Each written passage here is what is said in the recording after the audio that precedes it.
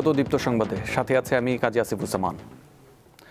রাজধানীতে আজ দুপুর পর্যন্ত মাঝারি থেকে ঘন কুয়াশায় ঢাকা থাকতে পারে। সেই সঙ্গে বাতাসে আর্দ্রতা বেশি থাকায় শীতের অনুভূতিও বাড়ার সম্ভাবনা রয়েছে। সকাল 7টা থেকে পরবর্তী 6 ঘন্টার জন্য ঢাকা ও পার্শ্ববর্তী এলাকার আবহাওয়ার পূর্বাভাসে এই তথ্য জানিয়েছে আবহাওয়া অধিদপ্তর। সকাল 6টায় ঢাকায় তাপমাত্রা রেকর্ড করা হয় 13 ডিগ্রি সেলসিয়াস। দেশের সর্বনিম্ন তাপমাত্রা 9 ডিগ্রি সেলসিয়াস পরিমাপ করা হয় সিরাজগঞ্জে।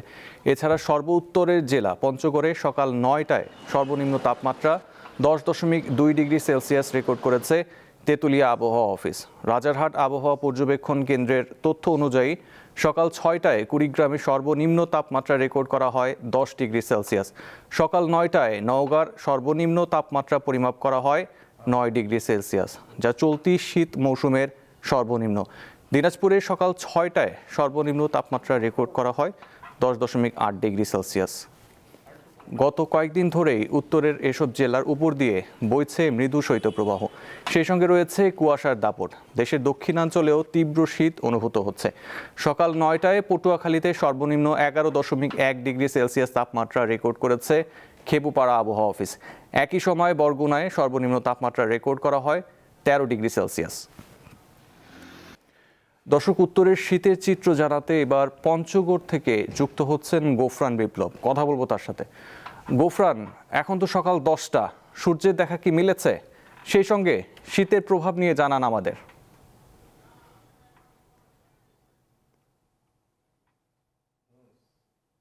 জি রাজীব, আসলে গত 2 দিন কিন্তু আমরা ঝলমলে রোদের দেখা পেয়েছি, কিন্তু এখন পর্যন্ত কিন্তু আমরা আসলে সূর্যের কোনো দেখা পাইনি। আর সূর্যের দেখা না পাওয়ার কারণে যে ঘন কুয়াশা যে আছে, ঘন কুয়াশার কারণে কিন্তু আসলে আমরা বেশি দূরে দেখতে পাচ্ছি না। আশেপাশের পুরো এলাকা কিন্তু ঘন কুয়াশায় ঢেকে আছে। আমি কথা বলেছি তেঁতুলিয়া আবহাওয়া অফিসের সাথে, তিনি আমাকে যেমনটি জানিয়েছেন আসলে আজ সকাল 9টায় সর্বনিম্ন তাপমাত্রা 10.2 ডিগ্রি সেলসিয়াস রেকর্ড করেছে তেঁতুলিয়া আবহাওয়া অফিস, এবং দিনের যে সর্বোচ্চ তাপমাত্রা 23.7 ডিগ্রি সেলসিয়াস রেকর্ড করা হয়েছে, এবং বাতাসের আর্দ্রতা রেকর্ড করা হয়েছে 99%। গতকাল এই তাপমাত্রা ছিল 9.4 ডিগ্রি সেলসিয়াস, এবং দিনের যে সর্বোচ্চ তাপমাত্রা 23.8 ডিগ্রি সেলসিয়াস, এবং বাতাসের আর্দ্রতা ছিল 94%, এবং বাতাসের গতিবেগ ছিল 8 কিলোমিটার। তেঁতুলিয়া আবহাওয়া অফিসের পক্ষ থেকে আরো জানানো হয়েছে আসলে আকাশে মেঘ থাকার কারণে যে মানে সূর্যের যে আলো সেটি কিন্তু আসলে এই মেঘ ভেদ করে ভূপৃষ্ঠে পৌঁছতে পারছে না, এবং ভূপৃষ্ঠে না পৌঁছানোর কারণে ভূপৃষ্ঠ আসলে তেমন একটা উত্তপ্ত হতে পারতেছে না। এই কারণে শীতের যে অনুভূতিটা সেটা বেশি অনুভূত হচ্ছে। আর আপনি জানেন আসলে শীত মানেই কষ্ট। শীত এই অঞ্চলের মানুষের জন্য আসলে এটা একটা জনদুর্ভোগের ব্যাপার। বিশেষ করে যারা খেটে খাওয়া মানুষ আছে, নিম্ন আয়ের মানুষ আছে, কৃষি শ্রমিক আছে, তাদের আসলে কষ্টের শেষ থাকে না, কারণ তাদের কিন্তু সকাল সকাল কাজে যোগ দিতে হয়। আসলে কনকনে শীতের কারণে কিন্তু তারা আসলে তাদের যে কাঙ্ক্ষিত কাজ সেটি করতে পারছেন না। আমি কথা বলেছি ভ্যান শ্রমিকদের সাথে, তারা বলতেছে যে আমরা রাস্তায় বের হচ্ছি গাড়ি নিয়ে, কিন্তু আসলে শীতের কুয়াশার কারণে আর তারা কিন্তু আসলে দূরে দেখতে পাচ্ছেন না, এবং রাস্তায় যাত্রী না থাকার কারণে তাদের কিন্তু আয় ইনকাম অনেকটা কমে গেছে।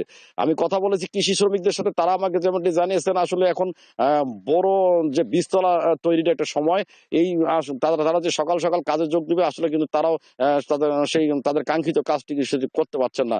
আমি এই পাশে আমি কথা বলেছি পঞ্চগড় সদর হাসপাতালের শিশু বিশেষজ্ঞ ডাক্তার মনোয়ার হোসেনের সাথে, তিনি আমাকে যেমনটি জানিয়েছেন শীতকালে আসলে শীতজনিত রোগের কারণে শিশু এবং বয়স্করা বেশি আক্রান্ত, ডায়রিয়া, পাতলা পায়খানা, ডায়রিয়া, নিউমোনিয়া। আর শীতের কারণে প্রতিদিন হাসপাতালে 2 হইতে 250 শিশু পেশেন্ট আসতেছে, এবং বয়স্করাও আসতেছে। তারা কম আক্রান্ত, তারা কিন্তু আসলে চিকিৎসা সেবা নিয়ে বাসায় ফিরছেন। আর আমি জেলা প্রশাসন গোফরান, আপনাকে ধন্যবাদ। বাংলাদেশের সংবিধানের অন্যতম প্রণেতা ও গণফোরামের প্রতিষ্ঠাতা ডক্টর কামাল হোসেন গুরুতর অসুস্থ।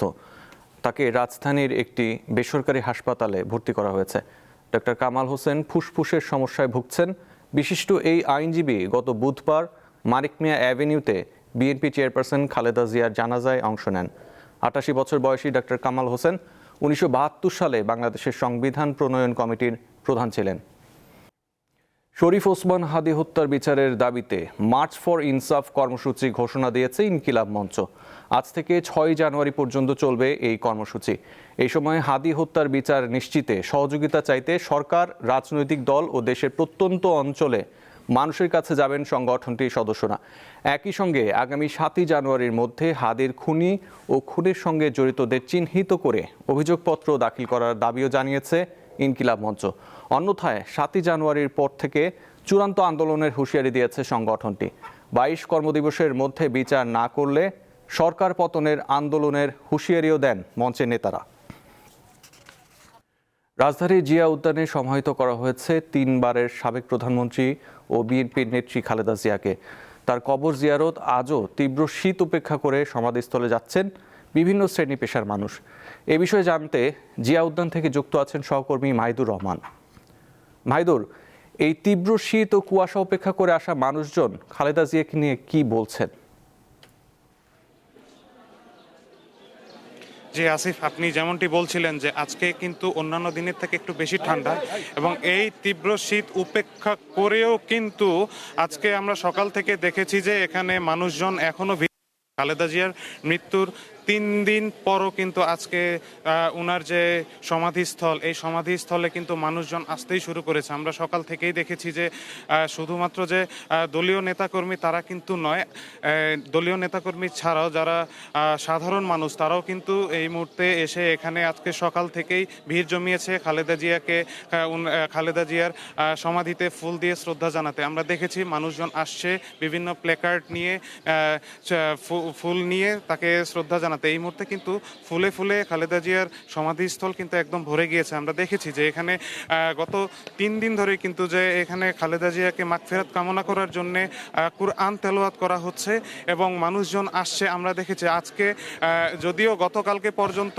যে রাষ্ট্রীয় শোক, বাংলাদেশের এই রাষ্ট্রীয় শোক শেষ হয়ে যাওয়ার পরও কিন্তু আজকে ছুটির দিন হওয়ার কারণেও কিন্তু আজকে এই তীব্র শীত উপেক্ষা করেও মানুষজন আসছে। তবে আমরা এখন যে বর্তমান পরিস্থিতি, এখানে কিন্তু আমরা পুরুষের থেকে নারীর যে উপস্থিতি, এই নারীর উপস্থিতি কিন্তু বেশ দৃশ্যমান।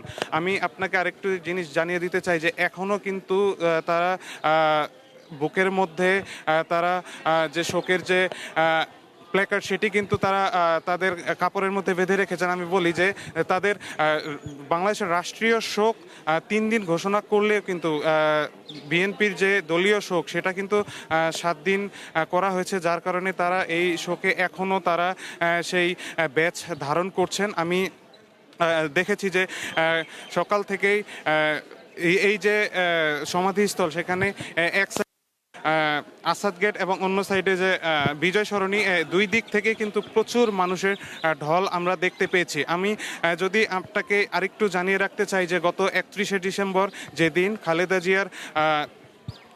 খালেদা জিয়ার জানাজা অনুষ্ঠিত হয়, সেদিন কিন্তু বাংলাদেশের মানুষ খালেদা জিয়ার প্রতি যে ভালোবাসা দেখিয়েছে সেটি কিন্তু অতুলনীয়, সেটি কিন্তু বাংলাদেশের ইতিহাস গড়ে রেখেছে। এবং আজকেও কিন্তু তার যে সমাধিস্থল, অনেকেই কিন্তু সমাধিস্থলে যারা আসতে পারে নাই তারা কিন্তু একে একে এই সমাধিস্থলে আসছে এবং খালেদা জিয়াকে শেষ শ্রদ্ধা জানানোর জন্য কিন্তু তারা এখানে উপস্থিত হয়েছেন। তো এই ছিল আসিফ আমার কাছে খালেদা জিয়ার সমাধিস্থল থেকে সর্বশেষ। ধন্যবাদ। দীপ্ত টিভিতে শুরু হচ্ছে নতুন মেগা ধারাবাহিক পরম্পরা। এক ঝাঁক তারকা শিল্পী ও দীপ্ত স্টার হান্টের প্রতিযোগীদের অংশগ্রহণে আজ থেকে নাটকটির প্রচার শুরু হচ্ছে। এতে তুলে ধরা হয়েছে বর্তমান সময়ের বাস্তবতা।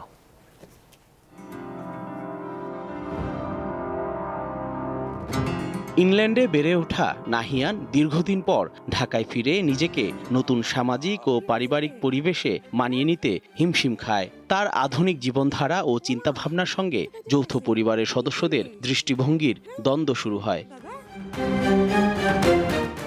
পরিবারের ৩ প্রজন্মের ভালোবাসা, মতের অমিল, মানিয়ে নেওয়ার চেষ্টা, টানাপোড়েন এবং সম্পর্কের গভীরতা ধীরে ধীরে গল্পকে নিয়ে যায় নানা আবেগী মোড়ে। এমন বাস্তব জীবনের গল্প পর্দায় তুলে ধরে নতুন বছরে দীপ্ত টিভিতে শুরু হচ্ছে মেগা ধারাবাহিক পরম্পরা।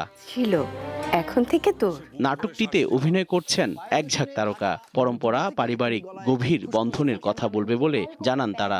পরম্পরা আমার মনে হয় আমাদেরকে আবার একত্রিত করবে, ভাবনায় আনবে যে আসলেই তো একজন আরেকজনকে ছাড়া না, আমরা একজন আরেকজনের সঙ্গে ওতপ্রোতভাবে জড়িত।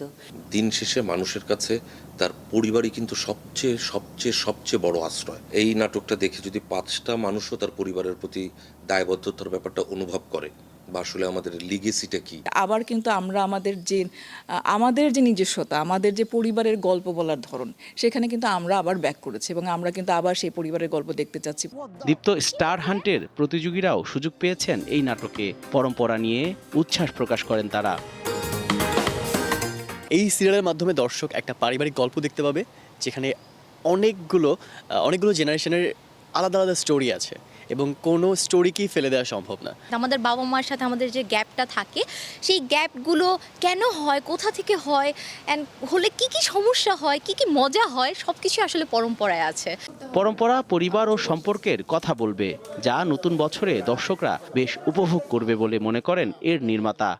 এটা এই জেনারেশনেরই গল্প, সমসময়ের গল্প, কিন্তু আমরা অতীত নিয়ে বর্তমানের সঙ্গে মার্চ করেই ভবিষ্যতের দিকে এগোতে চাই। ঠিক এই উদ্দেশ্যেই আমার এই পরম্পরা নাটকটির প্রতি ব্যক্তিগতভাবে আমার অধিক আগ্রহ। ৩ জানুয়ারি শুরু হবে এই ধারাবাহিক। শনিবার থেকে বৃহস্পতিবার প্রতিদিন রাত 9:30টায় দীপ্ত টিভি, দীপ্ত প্লে ও দীপ্ত টিভির ডিজিটাল প্ল্যাটফর্মে দেখা যাবে পরম্পরা। দেরি হয়ে যাচ্ছে। জহুরুল মোহসান, দীপ্ত সংবাদ, ঢাকা। ইরানে চলমান বিক্ষোভ এ পর্যন্ত অন্তত 7 জন নিহত হওয়ার তথ্য দিয়েছে দেশটির কর্তৃপক্ষ। বিক্ষোভকারী এবং নিরাপত্তা বাহিনীর মধ্যে সংঘর্ষে বৃহস্পতিবার 6 জনের মৃত্যুর খবর জানিয়েছে ইরানের আধা সরকারি সংবাদ সংস্থা ফার্স। এছাড়া বুধবার রাতে বিক্ষোভকারীদের সঙ্গে সংঘর্ষে ইরানের বিপ্লবী গার্ড বাহিনীর এক নিরাপত্তা সদস্য নিহত হন। অনেক বিক্ষোভকারী দেশের সর্বোচ্চ নেতার শাসনের অবসানের দাবি জানিয়েছেন। কেউ কেউ আবার রাজতন্ত্র ফিরিয়ে আনার দাবিও তুলেছেন। এদিকে ইরানে চলমান সরকার বিরোধী বিক্ষোভ দমনে নিরাপত্তা বাহিনী গুলি চালালে বিক্ষোভকারীদের পাশে দাঁড়ানোর হুমকি দিয়েছেন যুক্তরাষ্ট্রের প্রেসিডেন্ট ডোনাল্ড ট্রাম্প। শুক্রবার সামাজিক যোগাযোগ মাধ্যমে দেয়া এক বার্তায় তিনি বলেন, যুক্তরাষ্ট্র যে কোনো পদক্ষেপের জন্য প্রস্তুত। তবে ট্রাম্পের হুমকির জবাবে ইরান বলছে, কোনো বিদেশি হস্তক্ষেপের সুযোগ দেওয়া হবে না। নিউ ইয়র্কবাসীর জন্য এক নতুন অধ্যায় শুরু হচ্ছে বলে জানিয়েছে শহরের মেয়র হিসেবে সদ্য শপথ নেওয়া জোহরান মামদানি। নতুন অধ্যায়ের বিবরণ ও ভাষণে উল্লেখ করেন তিনি। নতুন বছরের প্রথম দিন বৃহস্পতিবার নতুন মেয়রের দায়িত্ব বুঝে নেন মামদানি। শপথ গ্রহণের পর উপস্থিত বিপুল মানুষের উদ্দেশ্যে ভাষণে দেন মামদানি। এ সময় তিনি জানান, মেয়রের কার্যালয়ে এখন থেকে সাহসের সঙ্গে জনগণের জীবনমান উন্নত করতে কাজ করবে। তার প্রশাসন হবে স্বচ্ছ, ধনী দরিদ্র নির্বিশেষে সবার জন্য। এছাড়া নিউ ইয়র্কের মেয়র হিসেবে শপথ নিয়ে ইসরায়েলের সমর্থনে আগের মেয়রের জারি করা নির্বাহী আদেশ বাতিল করেন মামদানি। এই ছিল এখনকার মতো। পরের সংবাদ দেখার আমন্ত্রণ রইল। এছাড়া আরও তথ্য বিনোদনের জন্য চোখ রাখুন দীপ্ত টিভির ডিজিটাল প্ল্যাটফর্মগুলোতে। ধন্যবাদ।